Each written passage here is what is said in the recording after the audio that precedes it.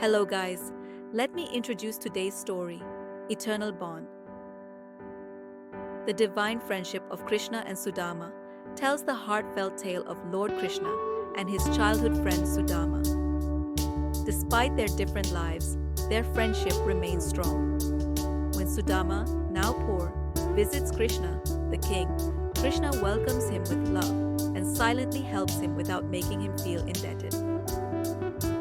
This story shows that true friendship is about love and support, no matter the circumstances. Eternal Bond, the divine friendship of Krishna and Sudama. Chapter 1. The divine bond begins. In the heart of Vrindavan, the playful laughter of children filled the air. Among them was a radiant boy with a peacock feather in his hair. His name was Krishna. His eyes sparkled with mischief and love. Everyone adored him, but there was one boy who held a special place in Krishna's heart, Sudama. Sudama was not like the other boys. He was quiet, introspective, and came from a humble Brahmin family. Despite their differences, Krishna and Sudama were inseparable. Their bond was beyond materialistic differences. It was pure and divine. They spent their days herding cows, playing games, and sharing their dreams under the ancient banyan tree. Chapter 2. Lessons in Humility. One day, while wandering near the Yamuna River, Krishna and Sudama stumbled upon a poor old woman struggling with a heavy bundle of firewood. Without hesitation, Krishna ran to help her. Sudama followed, though with some hesitation. "Why do you help her, Krishna?" Sudama asked, puzzled. Krishna smiled and replied, "True friendship means seeing everyone with the same love and compassion. We must help those in need, just as we would help each other." Sudama pondered Krishna's words, realizing that Krishna's wisdom was as deep as his playful nature. From that day, Sudama learned the true meaning of humility and service from his friend. Chapter 3. Separation and Longing. Years passed, and the time came for Krishna to fulfill his destiny in Mathura. He had to leave Vrindavan and his dear friend Sudama behind. The separation was painful. Sudama felt as if a part of his soul was missing. He longed for the days of their carefree childhood. Krishna, too, missed his friend. Despite his responsibilities and the greatness of his life as a prince, he often thought of Sudama and the simple joys they shared. He would compare them with their adventures and the lessons they learned together. Chapter 4. A Life of Hardship. Sudama's life took a different path. He became a learned Brahmin, but his family lived in abject poverty. Despite their hardships, Sudama never complained. He often told his children stories of Krishna's kindness and the miracles he witnessed. His love for Krishna never wavered, and he found support in those priceless memories. One night, Sudama's wife suggested, "Why don't you go to Krishna? He is now a great king. Perhaps he can help us." Hesitating at first, Sudama finally agreed, not for wealth, but to see his friend once more. Chapter 5. Reunion and Revelation. With nothing but a small pouch of puffed rice, Sudama set out for Dwarka, where Krishna ruled.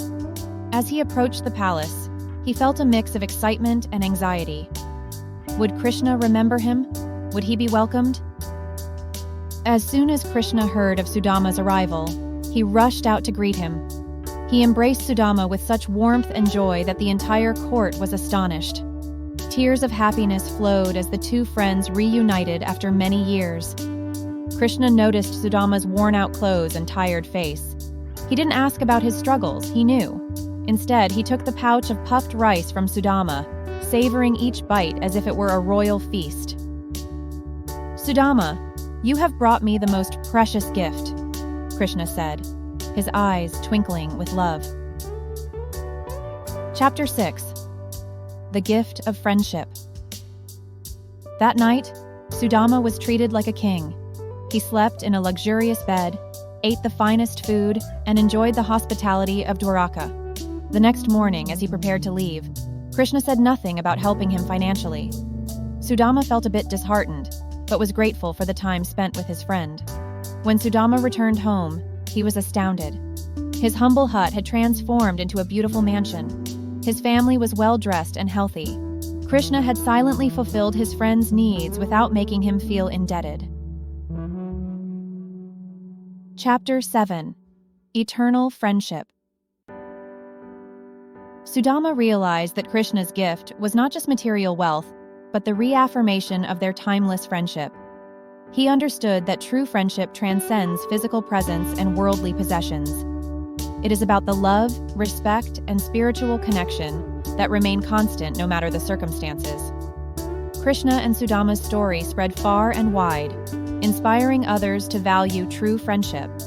Their bond became a symbol of selfless love and devotion, teaching the world that divine friendship is a treasure beyond measure.